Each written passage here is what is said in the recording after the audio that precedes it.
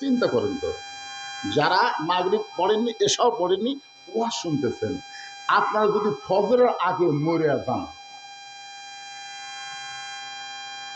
মানে মাগরিবও পড়েননি, এসব পড়েননি, ফজর আগে মরেছেন, দুনিয়ার কত হুজুর আপনার জানাজা পড়ালে, দোয়া করলে আপনি জান্নাতে যাবেন, যাবেন। কারণ এখানে রাসূল বলেছে লা সালাতা লা ঈমানা, যার নামাজ নাই তার ঈমানই নেই। এটা কি আমার কথা? আল্লাহ রাসূল বলেছে লা সালাতা লা দীনা, যার নামাজ নাই তার ধর্মই নাই। বাইনাল আবদি ওয়াল কুফরি তরকুস সালাত, বান্দা আর কাফিরের মধ্যে পৃথক করার জিনিসটার নামই হলো নামাজ। এখন আপনারা বলেন ভাইজান, যারা মাগরিব এশার নামাজ না পড়ে ওয়াজ শুনতেছেন, তাদের জন্য কি তওবা করা দরকার না? যে আল্লাহ যা করছি করছি, আল্লাহ আর করবো না, ফজর থেকে বাকি জীবন একটা ওয়াক্ত নামাজ বাদ দিব না। আল্লাহ বলে ফেরেশতা তোমরা সাক্ষী হও, যারা তওবা করে বললো ফজর থেকে এক ওয়াক্ত বাদ দিবে না, যত নামাজ না পড়ার পাপ হয়েছে আমি আল্লাহ সব মাফ করে দিলাম। তাহলে ফজর থেকে নামাজ ধরা রাখবে। এই যুবকেরা কথা কও না কেন? তোমাদের হাতত যে মোবাইল আছে বুঝলে, মোবাইল দেখলেই চিন্তা হয়। এই মোবাইলের মধ্যে যতই খারাপই থাক, তুমি যদি নামাজ ধরতে পারো, আল্লাহ কোরআনে বলেছেন ইন্নাস সালাতা তানহা আনিল ফাহশাই ওয়াল মুনকার, একমাত্র নামাজই পারে মানুষকে যাবতীয় বেহুদা এবং খারাপি থেকে বাঁচাই দিতে। যেই যুবক 5 ওয়াক্ত নামাজ জামাত আদায় করবে, ওই যুবকের হাতে মোবাইল থাকতে পারে কিন্তু অশ্লীল ভিডিও কোনোদিন দেখবে না, কারণ দেখবার গেলে তার ঈমান বলবে কেউ না দেখলেও আমার আল্লাহ দেখতেছে।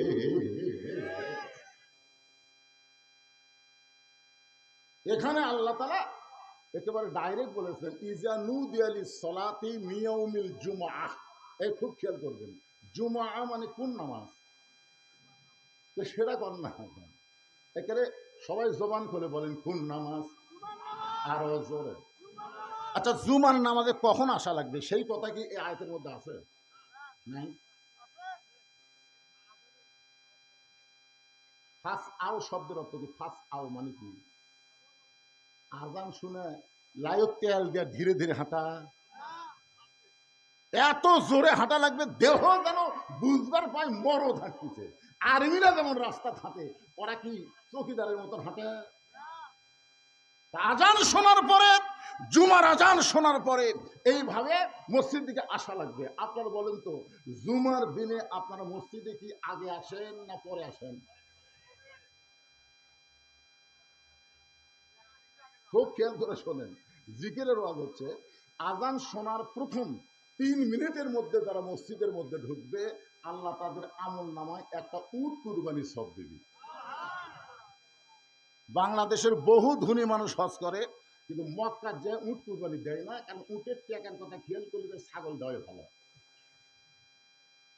আর আপনি কেউ যে অবস্থায় থাকেন না কেন, 3 মিনিটের মধ্যে মসজিদে পা দিলে একটা উট কুরবানি সব পাবেন, 5 মিনিটের মধ্যে মসজিদে পা দিলে একটা গরু কুরবানি সব পাবেন, 10 মিনিটের মধ্যে যারা মসজিদে পা দেবে একটা ছাগল কুরবানি সব পাবে।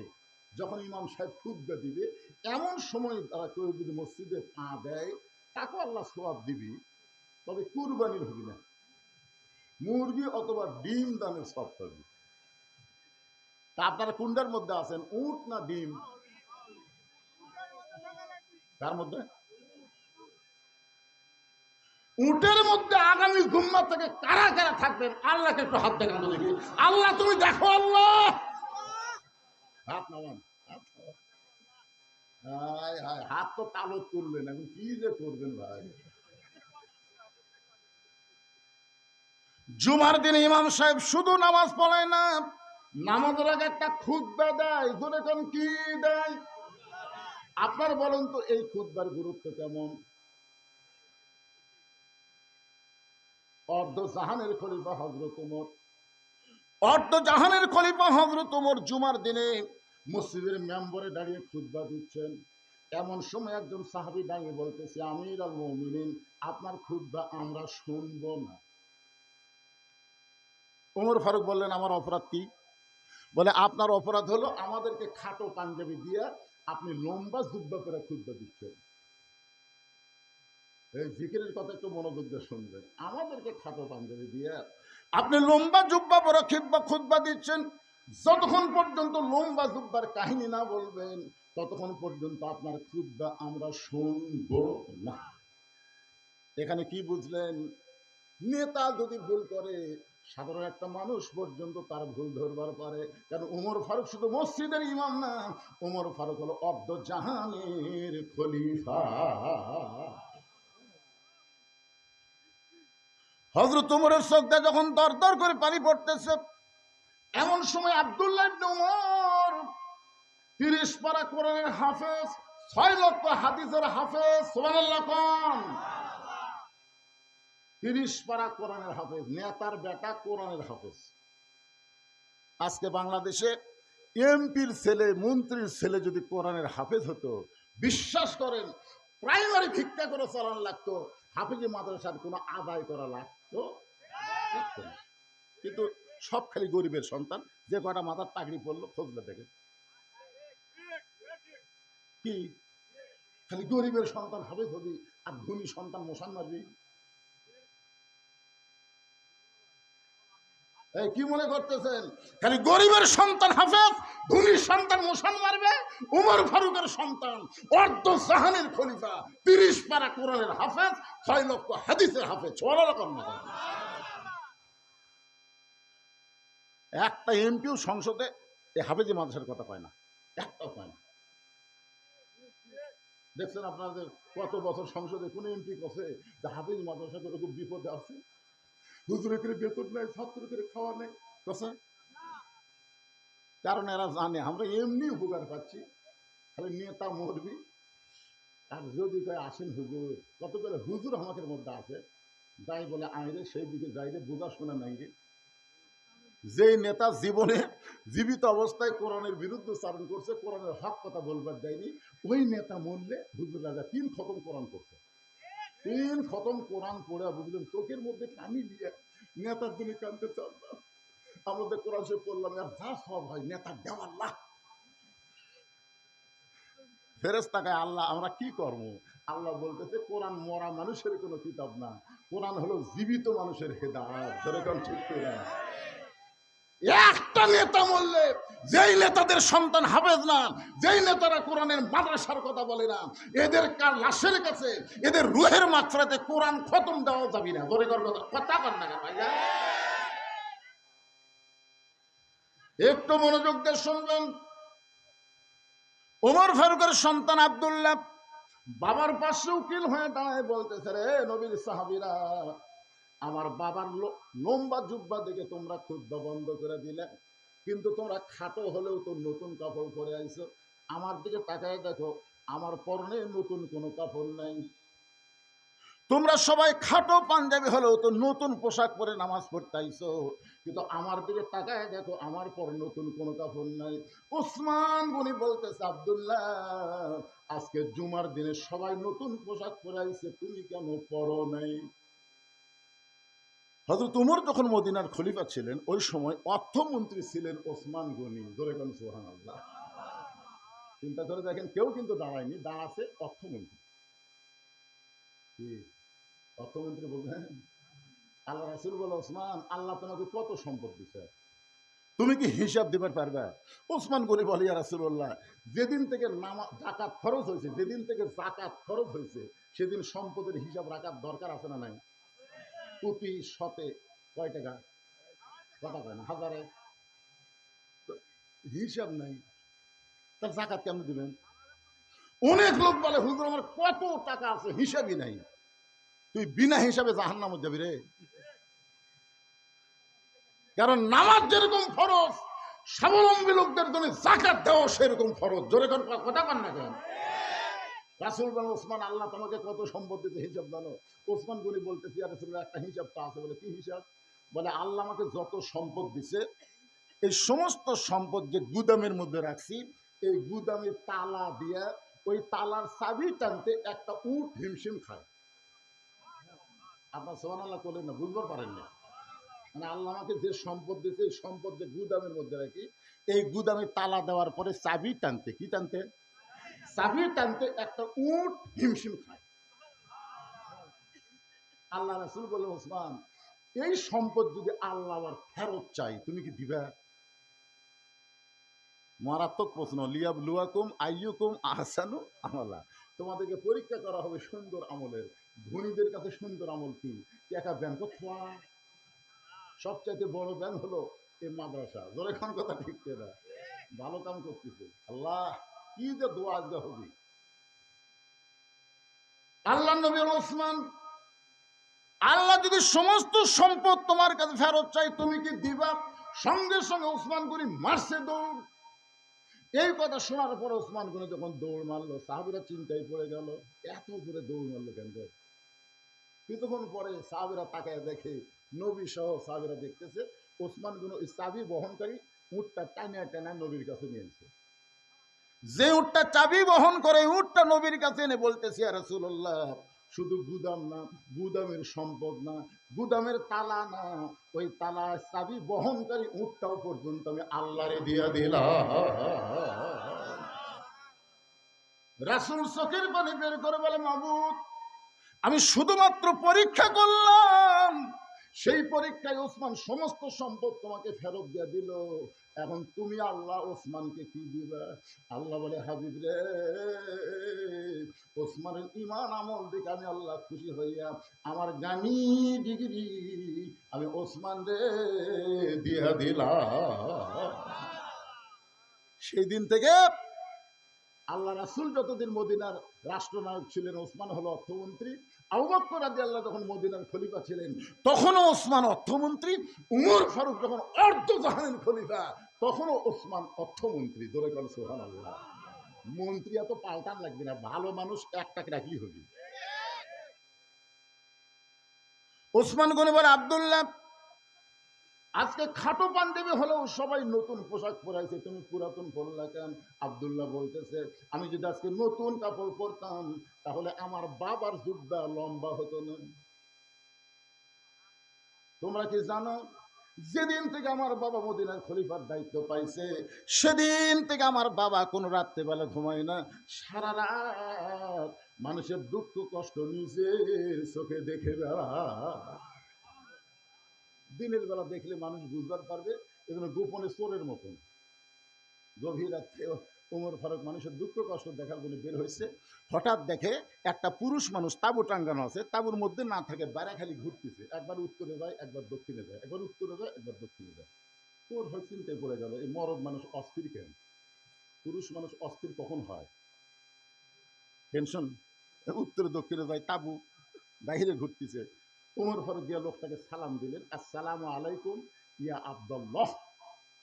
লোকটা সালামের উত্তর দেয় না। ওমর ফারুক বলেন, আসসালামু আলাইকুম ইয়া আখি। লোকটা সালামের উত্তর দেয় না। ওমর ফারুক বলেন, আসসালামু আলাইকুম। লোকটা সালামের উত্তর দেয় না। ওমর ফারুক চিন্তা করলো, ঠসা নাকি? তিনবার সালাম দিলাম, উত্তর দেয় না। চতুর্থবার যখন সালাম দেওয়ার জন্য কেবল হাত তুলিছে, মানে এখনো দেয়নি, লোকটা, এই মিয়া, খালি বারবার সালাম দাও মিয়া। ওমর ফারুক চমকে উঠছে, ভাইজান আমি কি ভুল করছি? মারাত্মক ভুল। তুমি বারবার আমার সালাম দাও, রহমতের দোয়া করো, কিন্তু আমার উপর গজব চলতেছে, তুমি জানো? সালাম কিসের দোয়া? আল্লাহ রহমত তোমার উপর বর্ষিত হোক, আর আমি গজবের মধ্যে আছি। ওমর ফারুক বলেন, কি গজব ভাই? বলে, গজব হলো আমার বউ গর্ভবতী। তুমি জানো ওমর ফারুক যেদিন থেকে আল্লাহর কোরআন দিয়ে রাষ্ট্র চালায়, সেদিন দিনেও যা রাতেও তাই। সুবহানাল্লাহ। ওই লোকটা হয়তো ওমরক বলতেছে, তুমি জানো ওমর ফারুক যেদিন থেকে আল্লাহর কোরআন দিয়ে রাষ্ট্র চালায় সেদিন থেকে দিনও যা রাতেও তাই। আমি আমার গর্ভবতী বউকে নিয়ে আমি রাতের বেলা বের হয়েছি, আমার অমুক এলাকায় যাব, কিন্তু রাস্তার মাঝখানে এসে প্রসব বেদনা উঠছে, আমি তাঁবুর টাঙ্গায়, বউ খালি তাঁবুর মধ্যে কাঁদতেছে আর আমি বাইরে ঘুরতেছি, আর তুমি খালি সালাম মারতেছে। তার মানে ওমর ফারুক বললেন, ভাই ইন্নাল্লাহা মা'আস সাবিরিন, ধৈর্যশীলদের সঙ্গে থাকে। একটু ধৈর্য ধরেন, আপনি একটু ধৈর্য ধরেন। আমার কাছে ভালো ধাত্রীর খবর আছে। অর্ধ জাহানের খলিফা হযরত ওমর বললেন, আপনি একটু ধৈর্য ধরেন, আমার কাছে ভালো ধাত্রীর খবর আছে। এই বলে এক দৌড় মারলেন, এক দৌড় এসে দরজায় ডাক দিলেন আব্দুল্লাহর মা। ওমর ফারুকের ছেলের নাম কি? আব্দুল্লাহর মা সঙ্গে সঙ্গে দরজা খুলে গেল। উমর ফারুক চমকে গেলেন, আব্দুল্লাহর মা, আমি না হয় মানুষের দুঃখ কষ্ট দেখার জন্য রাতের বেলা ঘুরে বেড়াই, কিন্তু তুমি দরজা ডাক দাও মাত্র কেমনি খুললাম? আব্দুল্লাহর মা বলে, স্বামী গো, আপনি মানুষের দুঃখ কষ্ট দেখার জন্য রাতের বেলা ঘুরবেন আর আমি বিছনায় ঘুম পারবো, এমন বউ আমি না। তার মানে বোঝা গেল, বউ যদি ভালো হয় মেয়েটা ভালো হবে। বেগম পাড়ার বাড়ি বানাবি না রে, বেগম পাড়ার বাড়ি বানাতে কার জন্য? এই যে পলক, আমাদের পলক, এখন জেলত আছে আর বউ খালি সেই মজা মারতে পারে, আর বউ সেই মজা মারতে খালি মারিয়া দিছে ইচ্ছা মতো। কেন পলক, এখন খবর কি? ফান্দে পড়িয়া পলক কান্দে রে। একটু মনোযোগ দিয়ে শুনবেন। অর্থ জাহানের খলিফা হযরত উমরের বউ বলতেছে, আপনি মানুষের কষ্ট নিজের চোখে দেখবেন আর আমি আরামের ঘুম পাবো, সেই বউ আমি না। কিন্তু আমি আশ্চর্য হয়ে গেলাম, আপনি প্রতিদিন তাহাজ্জুদের সময় চলে আসেন, কিন্তু আজকে এই সময় চলে আসলেন কেন? আজকে কি বইয়ের কথা মনে পড়ছে? ওমর ফারুক বললেন, বিবি, জান্নাতে যদি যাবার চাও, জান্নাতে যদি যাবার চাও, একটা মেয়ে প্রসব হবে, তার জন্য কি কি দরকার সেই জিনিসগুলো নিয়ে তাড়াতাড়ি বের হও। একটা মেয়ে প্রসব ব্যথায় ভুগতেছে, তার ঘাত ফিকিরি করতে গেলে যা লাগবে তাই না বের হও। হযরত ওমর বউকে নিয়ে জান্নাতে যাওয়ার কথা বলে বের হলেন, অন্য পৃষ্ঠাকে তাঁবুর মধ্যে ঢুকিয়ে দিলেন। কিছুক্ষণ পরে ওমর ফারুকের বিয়ে বলে, স্বামী গো, আমির আল মুমিনিন, আপনার দোস্তকে, বন্ধু ভাইকে বলেন তার বিবি এবং সন্তান সুস্থ আছে। আপনারা তো সুবহানাল্লাহ বলেন, কিন্তু ওই লোকের অবস্থা কি? বউটা যেই বলছে আমির আল মুমিনিন, আপনার বন্ধুকে বলেন তার সন্তান এবং বিবি সুস্থ আছে, সঙ্গে সঙ্গে লোকটা হাঁটু করে বসে কান্দার পরে, আমির আল মুমিনিন, আমি আপনাকে এইভাবে তিরস্কার করলাম, তিনবার সালাম দিলেন, অথচ সালামের উত্তর দিলাম না। ওমর ফারুক লোকটার থুতুনির তলে হাত দিয়ে কপালে একটা চুমা খায়, বলতে, ভাইজান, আল্লাহর হস্তে আমাকে মাফ করে দাও। আত্তাকুল্লাহ হাক্কা তুকাতিহি, কোরআনের আইন যখন চালু হবে সেই মানুষটা কেমন মোত্তাকি হবে একটু খেয়াল করেন। আব্দুল্লাহ বলতেছে, নবীর সাহাবীরা রে, সবাই যখন ঘুমিয়ে গেছে, এমন সময় আমার বাবা আমার দরজায় গিয়ে ডাকতেছে, আব্দুল্লাহ আব্দুল্লাহ বলে। আমি দরজা খুলে তাকায় দেখি বাবার হাতে একটা পাঞ্জাবি। আমি আব্দুল্লাহ হাসি নিয়ে বললাম, বাবা, বাইতুল মাল থেকে আমার একটা পাঞ্জাবি দিছে, আপনি আর একটা দিবে রাখছেন? আসলে নেতার বেটা হওয়ার মধ্যে লাভ আছে, একটা পাঞ্জাবি আমাকে দিছে, আপনি আর একটা দিবে রাখছেন। ওমর ফারুক বলে, আব্দুল্লাহ, যা বলবি সাবধান হয়ে বলবি।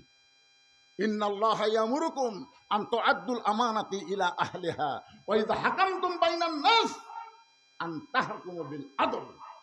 কোরআন দিয়ে যখন রাষ্ট্র চলবে তখন নেতাদের চরিত্র কেমন হবে আর বর্তমানে কিভাবে চলতেছে একটু খেয়াল করার দরকার আছে না নাই?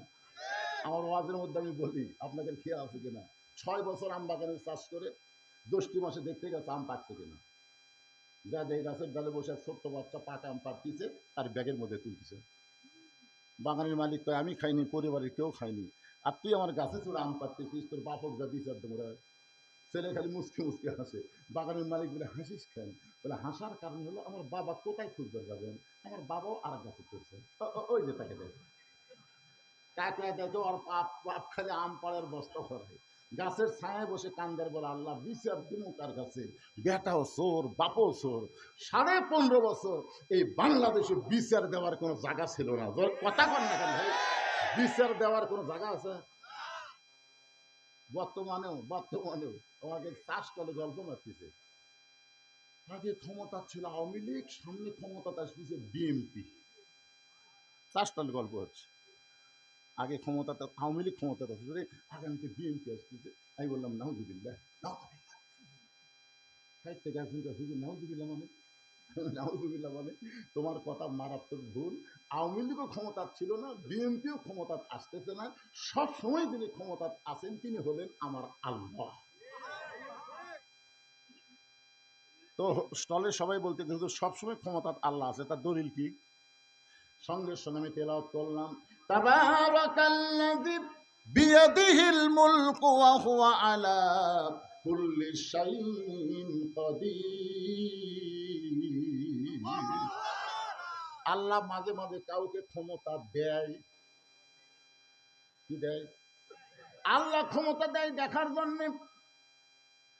আল্লাহ হাসিনাদের ক্ষমতা দিছিল, 9 সালে ভোটে ক্ষমতা আইল, তারপরে 14 সালে বিনা ভোটে 151 জন হওয়া লাগবে, সেটি ভোটই হয়নি, 154 জন।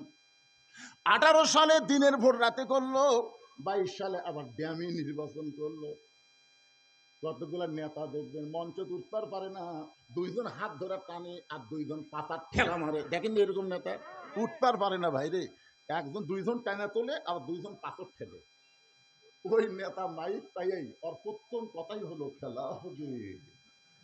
কেরে খেলবার গেলে মাজার বল থাকা লাগবে পাগলা, খেলবার গেলে বল থাকার দরকার আছে না নাই? দরকার আছে না নাই?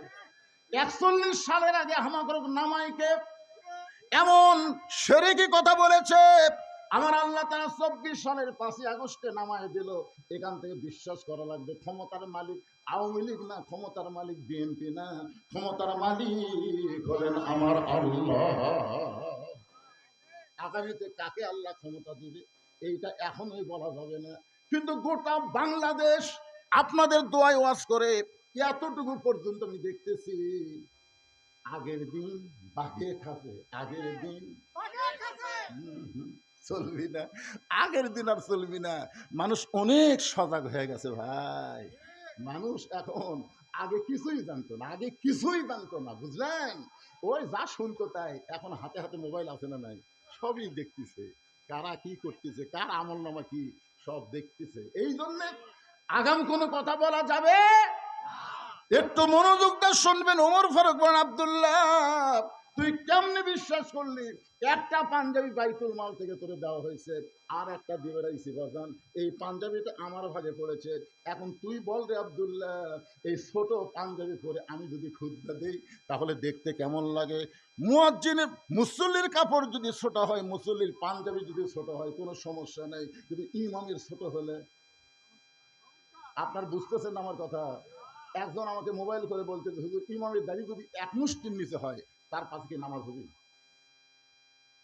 আমি কইলাম, ভাইজান তুমি ইমামের দাড়ি 1 মুষ্টি কেমনি মাপলে? হুজুর ইমাম তখন খুতবা দেয়, তখন আমি দূর থেকে আন্দাজ করি, যখন মুখ দেখেছি আর দাড়ি দেখি হুজুর আমার মনে হয় 1 মুষ্টির কম হবে। আমি কইলাম, কে ভাই তোমার দাড়ির খবর কি? আমার নাই। তাই বলে হুজুরের থাকা লাগবে না। যেই দেশে মানুষ ইমামের দাড়ি মুঠ দিয়ে মাপে, আর সেই দেশে কেউ যদি দাড়ি চাচা মুখ চাচা লোককে বলে জাতীয় ইমাম, এরা মানবি কথা? এরা মানবি?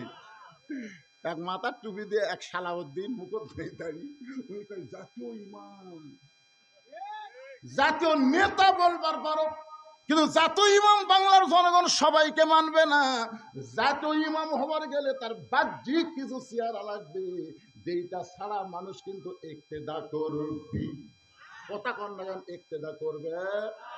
ব্যবহার হচ্ছে আসল কথায় হাত তুললে তো ব্যবহার হবেন। বাজানলে গরম ভাতে বিলাই বাজার, গরম ভাত কিন্তু ভালো জিনিস, বিলাইয়ের চরিত্র না। একটু মনোযোগ শুনবেন। ওমর ফারুক আব্দুল্লাহ তোর পাঞ্জাবিটা আমাকে দান করে দে বাজান। আব্দুল্লাহ বাবার চোখের পানি থেকে তার নিজের অংশটুকু বাবাকে দান করে দিল। বাবা আব্দুল্লাহর অংশ, নিজের অংশ নিয়ে যখন রওনা দিয়েছে, আব্দুল্লাহ পিছনে পিছনে হাঁটতেছে, বাবা সামনে সামনে।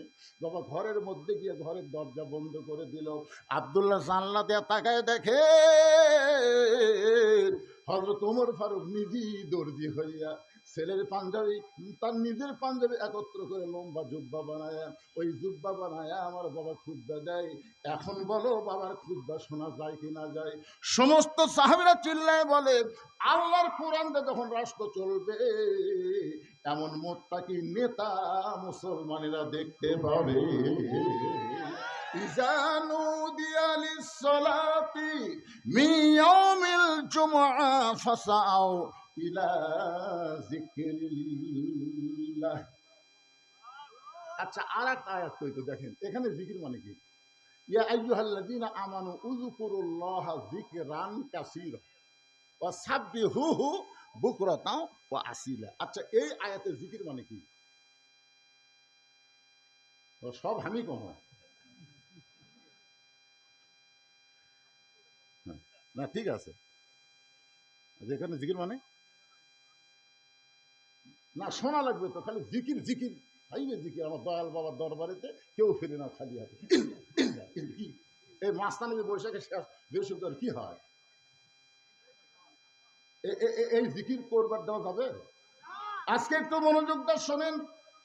এরপর আল্লাহ বললেন, ইয়া আইয়ুহাল্লাযীনা আমানুস্তাঈনু বিস-সাবরি ওয়াস-সালাম ইন্নাল্লাহা মা'আস সাবিরিন। এখানে আল্লাহ বলতেছেন, যারা আমাকে বিশ্বাস স্থাপন করেছো, একটু মনোযোগ দেন। জিকির শব্দের কথা বলতেছি।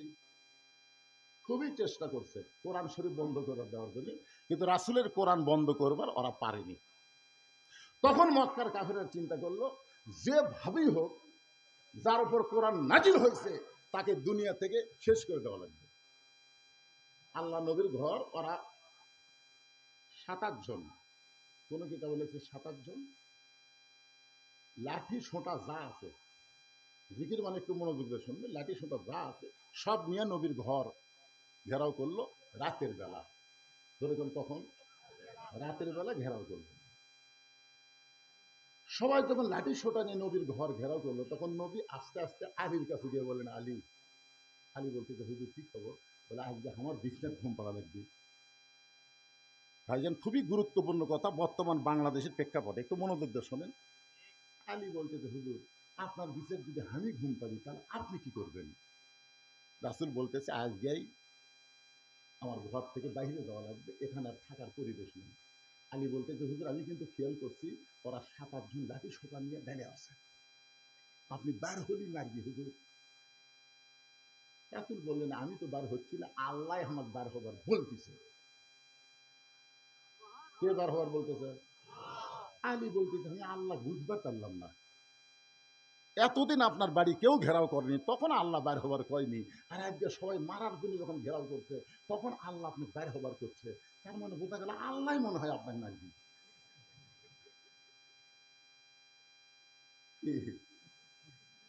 আল্লাহ রাসূল, আলী আমার বিছনায় চাদর মুড়ি দিয়ে ঘুমাও, শুধু ঘুমাইলে হবে না, চাদর মুড়ি দিয়ে ঘুমাও, এর বেশি আর তোমাকে আমি বলবো না। নবীর কথা মতো হযরত আলী আল্লাহ নবীর যেই বিছনায় ঘুমায় ওই বিছনায় চাদর মুড়ি দিয়ে ঘুমায় গেল। রাসূল আমার দরজা খুলে তাকায় দেখে ৭-৮ জন নেতা লাঠির সোঁটা তরবারি নিয়ে দাঁড়ায় আছে। আল্লাহ, ওরা আমারে মারার জন্য যেভাবে লাঠি নিয়ে দাঁড়ায় আছে, আমি এখন করবো কি? আল্লাহ বললেন, নাসরুম মিনাল্লাহি ওয়া ফাতহুন কারীম ওয়া বাশশিরিল মুমিনিন। এক মুষ্টি বালি হাতে নেন, এক মুষ্টি বালি হাতে নিয়ে পবিত্র সূরা ইয়াসিনের ৩টা আয়াত তেলাওয়াত করে ওই বালির মধ্যে ফুঁক দিয়ে বালু ছিটায় দেন। আল্লাহর কথা মতো নবী যখন বালু ফুঁ দিয়ে ছিটায় দিল, এমন সময় আমার আল্লাহ তাআলা ৭-৮ জন পাহারাদার যারা নবীকে মারার জন্য পাহারা দিচ্ছে, তাদের সকলের চোখের মধ্যে বালু ঢুকাই দিল কে? ওরা হাতের লাঠি সোঁটা যা ছিল বুঝলেন, বালু চোখে ঢুকলে লাঠির কথা খেয়াল আছে, লাঠি ফেলে দে, চোখ ঢুলতেছে। রাসূল কয়, আল্লাহ যে সুযোগ পেলাম ওরকে লাঠি দিয়ে তো ওরকে কি পিটা পায়? এখন তো ওরা কোনো দিকে খেয়াল নাই। আল্লাহ বলতে তো পিটার দরকার নাই, জাগা মতো মার হবি, জাগা মতো মার হবি, আপনি যান, আপনি যান, মার হবি জাগা মতো। ওই ৭-৮ জন যে কয়টা নবীর বাড়ি ঘেরাও করছিল, একজনও স্বাভাবিক মৃত্যুবরণ করতে পারে নাই। বদরের যুদ্ধে আল্লাহ ওদেরকে সাইজ করছে। সুবহানাল্লাহ কর না কেন?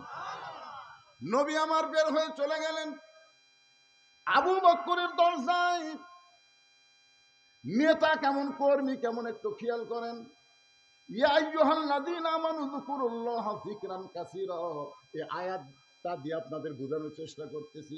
নবী শুধু বললেন, আবু বকর, দরজা খুলে গেল।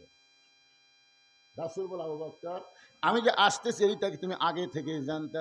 আবু বকর বলে, রাসূলুল্লাহ, যেদিন আপনি বলেছিলেন একদিন গভীর রাত্রে মক্কা থেকে মদিনায় হিজরত করা লাগবে, আপনি আমাকে সঙ্গে করে মদিনায় যাবেন, সেদিন থেকে আজ পর্যন্ত কোনো রাত্রেবেলা ঘুমাইনি, বরং সারা রাত আমি দরজায় দাঁড়িয়ে থাকি। রাসূল বললেন, চলো যাই। আবু বকর কোনো কথা না বলে নবীর সঙ্গে রওনা দিলেন। রাসূল বলে, আবু বকর, তোমার বউ বাচ্চা আছে, তাদের কাছে কিছুই বলবো না। আবু বকর বলে, রাসূলুল্লাহ, আল্লাহ এবং রাসূল ছাড়া আমার আপাতত কেউ নেই।